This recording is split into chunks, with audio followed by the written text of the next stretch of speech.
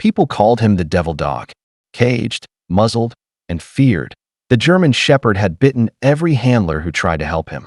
Shelter staff whispered that he was too far gone, destined for euthanasia. But one cold afternoon, as the workers left for lunch, a small voice echoed through the hall. A little girl in a red scarf knelt by his cage, whispering softly. The dog froze. For the first time in months, he didn't growl. He listened. What happened next would silence the entire shelter, bring grown men to tears, and reveal a truth no one could have imagined. The shelter echoed with the sound of barking, but one cage remained eerily silent. Inside sat a massive German Shepherd, eyes dark, body tense, and a metal muzzle strapped tightly around his face. The sign on the gate read, "Caution, aggressive dog." Workers passed by quickly, avoiding his gaze. They called him Rex, a name once filled with pride, now whispered in fear. Rex had a past no one fully understood. Some said he'd been a police K-9 who turned on his handler. Others believed he'd been beaten and abandoned. Whatever the truth was, pain had carved itself deep into his heart. He didn't trust anyone, and no one dared to trust him. Every time someone walked near his cage, he growled low, his tail stiff. The shelter staff fed him through the bars, sliding bowls carefully under the door.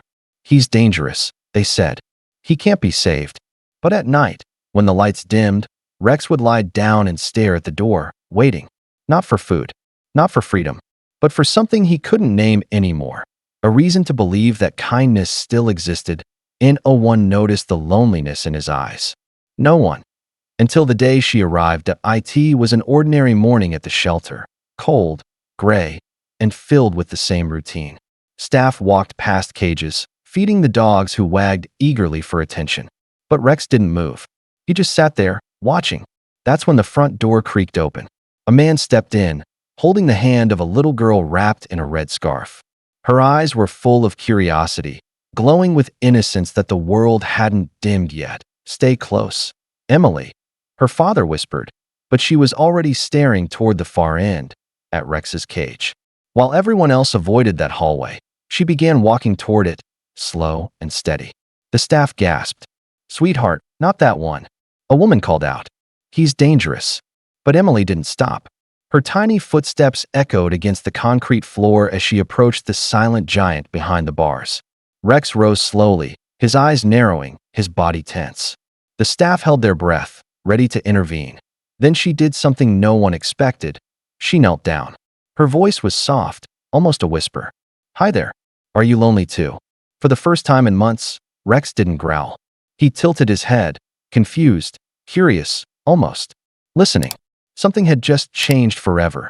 For a long moment, the world seemed to hold its breath. The little girl and the muzzled German Shepherd stared at each other through the cold metal bars. Rex's chest heaved, a low growl rumbling like distant thunder. But Emily didn't move. Her small fingers curled around the bars, her red scarf swaying slightly as she whispered, "It's okay. I'm not here to hurt you." The shelter staff stood frozen, afraid to interrupt what felt like a fragile miracle in motion. Rex's growl faded. His ears tilted forward, eyes locked on hers, cautious but curious. Slowly, he stepped closer. The metal muzzle brushed against the bars, inches from her trembling hands. Emily smiled softly. "You're just scared, aren't you?" she said, voice filled with a calm only innocence could carry. For the first time in months, Rex didn't bare his teeth or retreat to the shadows. He simply sat down. The staff exchanged stunned looks. The dangerous dog had just obeyed the quietest voice in the room. No commands, no treats, just trust. Then something unbelievable happened. Rex let out a low whine, his tail twitching once against the floor. That tiny sound broke the silence and melted every heart watching. The shelter couldn't explain what they'd just witnessed. A child had managed to calm the most feared dog in the facility. When Emily's father and the staff pulled her gently away, Rex didn't snarl. He whimpered.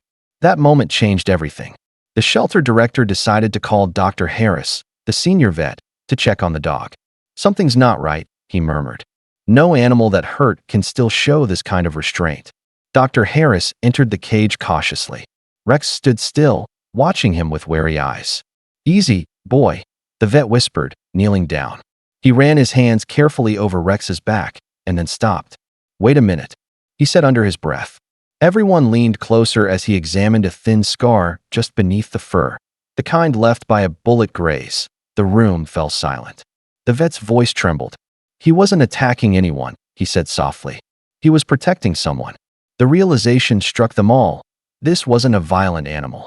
This was a hero punished for his loyalty. When Emily heard that, her eyes filled with tears. She pressed her hand against the bars once more and whispered, "I knew you were good." Rex took one cautious step closer. His tail moved, ever so slightly. From that day on, everything changed.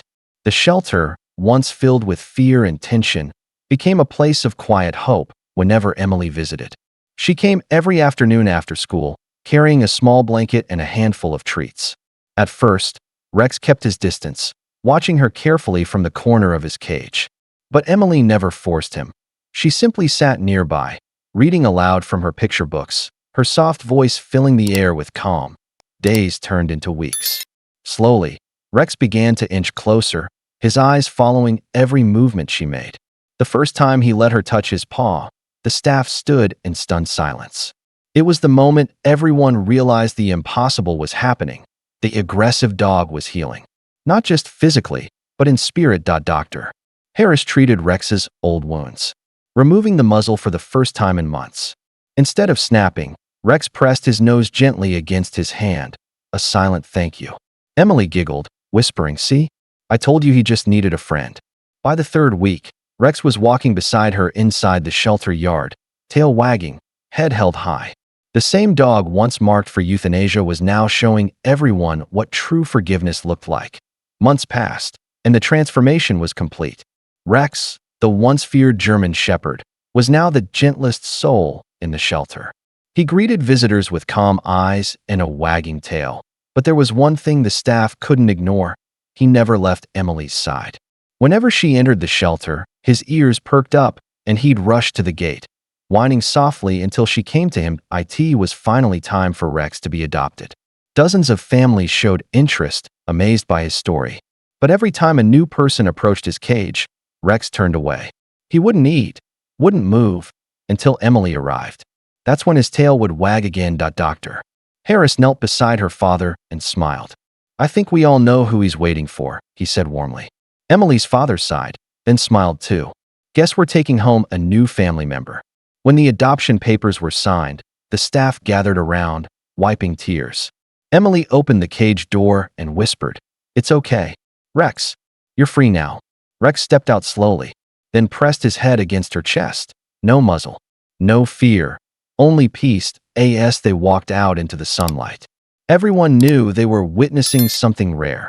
The day a broken dog and a brave little girl healed each other forever.